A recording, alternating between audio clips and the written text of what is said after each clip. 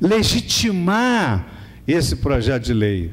Porque, diferentemente do que a professora Sônia Rabelo, minha colega de turma e professora, sempre nos ensinou, diferentemente da França, onde há um controle prévio da constitucionalidade das leis, o Brasil só tem um controle repressivo da constitucionalidade das leis via jurisdicional, porque o controle das leis vem depois de uma ação declaratória de inconstitucionalidade, mas aí a lei já está produzindo seus efeitos, tanto assim é que o Supremo Tribunal Federal declara a inconstitucionalidade em regra com efeitos ex tunc para trás, ou seja, esta lei já nasceu com defeito, ou então ele faz hoje assim uma modulação desses efeitos para evitar que cause surpresa ao cidadão. Às vezes as pessoas já pagaram alguma coisa, querem receber de volta, o governo já gastou os impostos cobrados que vieram a ser declarados inconstitucionais, e aquilo já satisfez necessidades coletivas, é um prejuízo muito grande fazer voltar aquilo.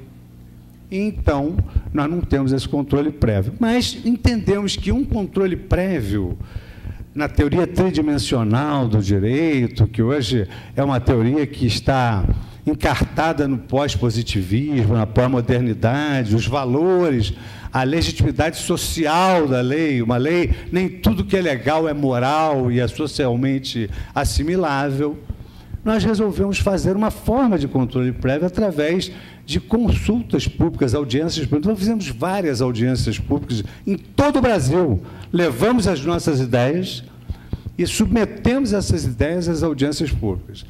Dessas audiências públicas, posso dizer aos senhores, mais ou menos, que 80% das sugestões foram aceitas. Então, é quase que um projeto de lei de iniciativa popular. Nós recebemos 13 mil e-mails, recebemos 240 sugestões das audiências públicas e 200 sugestões da comunidade científica. Ouvimos Instituto de Direito Processual, OAB, IAB, todas as entidades. Então, o que está ali é a vontade do povo. O que está no Código de Processo Civil é a vontade do povo.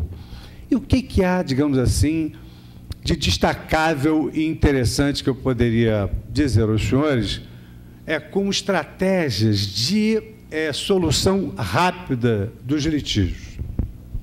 Bom, em primeiro lugar, nós procuramos, à semelhança do que o professor Mauro Capelletti fez do projeto de Florença, que é um projeto que está sintetizado na obra Acesso à Justiça, da editora Fabris, traduzido pela ministra Ellen Grace, Acesso à Justiça, nós procuramos, então, verificar quais eram as barreiras que faziam com que o processo civil brasileiro demorasse tanto. Porque, primeiro, você precisa diagnosticar a doença, para depois dar o remédio. Então, foi basicamente o que nós fizemos.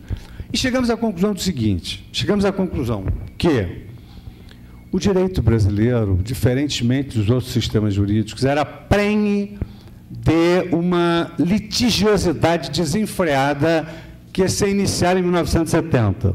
Então, um exemplo. Em diversos países da Europa e dos Estados Unidos, não se ingressa em juízo sem antes tentar uma mediação, a conciliação. Primeiro, há câmaras de conciliação de segmentos jurídicos, de segmentos da sociedade. Então, tem câmara de conciliação de oficina de carro, de alfaiataria. Quer dizer, o sujeito quer reclamar que rasgaram o terno na alfaiataria, tem lá uma câmara de conciliação e aconselhamento.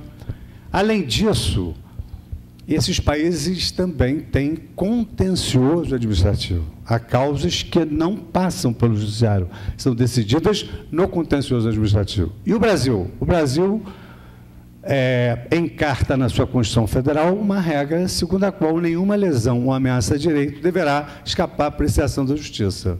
Isto significa hoje, na prática, por exemplo, o seguinte: há em curso no Brasil 1 milhão de ações de poupadores de caderneta de poupança que reclamam índices. E esse 1 milhão de ações se transformará, evidentemente, em 1 milhão de recursos.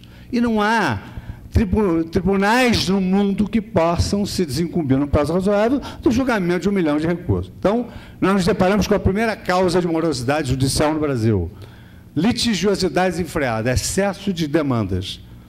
E aí a primeira dificuldade, bom, há muitas ações, mas nós não podemos cometer inconstitucionalidade de vedarmos o acesso ao judiciário, porque é uma cláusula constitucional pétrea.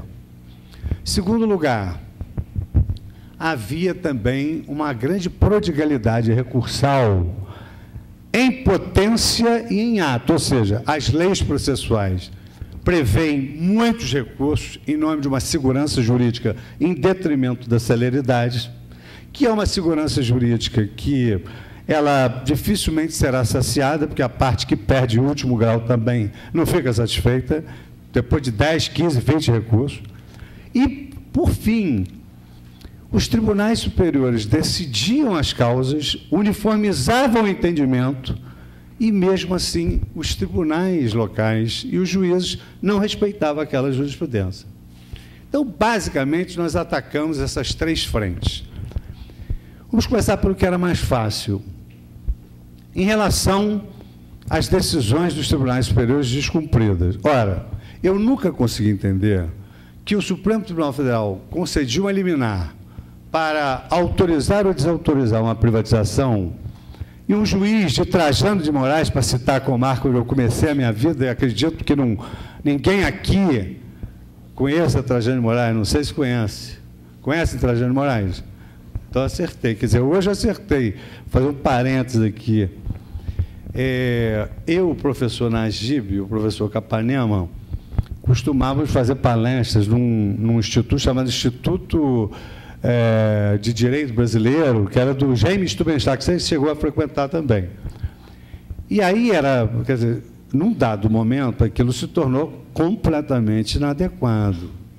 Porque eu, o Capanema e o Najib, do Rio de Janeiro, éramos apresentados como meninos do Rio.